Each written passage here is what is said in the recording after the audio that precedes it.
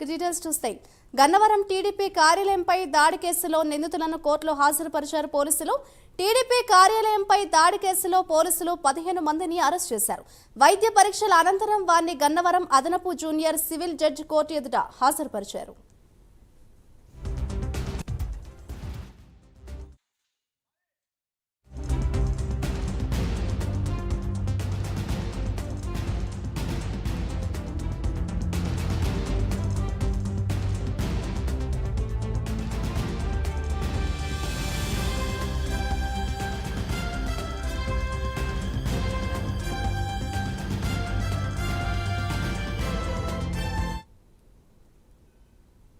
Gannavaram TDP కార్యాలయంపై దాడి కేసులో నిందితులను కోర్టులో హాజరుపరిచారు పోలీసులు. ఇదే అంశంపై మరింత సమాచారాన్ని మా ప్రతినిధి సాంబశివరావు అందిస్తారు. సాంబశివరావు, మాదిరి గన్నవరంలో జరిగినటువంటి టీడీపీ ఆఫీస్ పైన ఏదైతే 22/2/2023 తేదీ జరిగినటువంటి టీడీపీ ఆఫీస్ తగలబెట్టారు అంటూ కూడా కంప్యూటర్ ఆపరేటర్ అయినటువంటి మధుసూదన్ సత్యవర్ధనను ఇచ్చినటువంటి రిపోర్ట్ పై trial number 37/2023 UR 143, 147, 148, 140, 435, 506, Red List 140, 49 IPC section కింద 3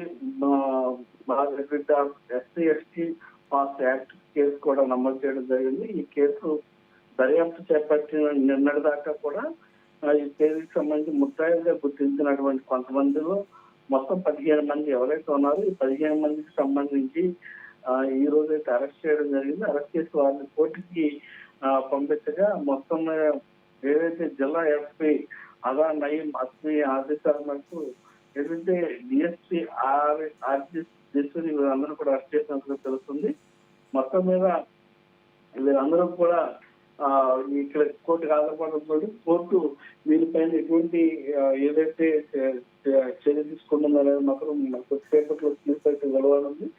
మొత్తం మీద ఏదైతే గన్నవరంలో జరిగినటువంటి టీడీపీ ఆఫీస్ ఘటనకు సంబంధించి పూర్తిగా విచారణ కూడా జరిగినట్టు కూడా వస్తుంది. విచారణలో భాగంగానే ఈ 15 మంది పేర్లు కూడా రావడంతో ఈ 15 మందిని కూడా అరెస్ట్ చేసినట్టు కూడా పోలీసులు చెప్తున్నటువంటి పరిస్థితి.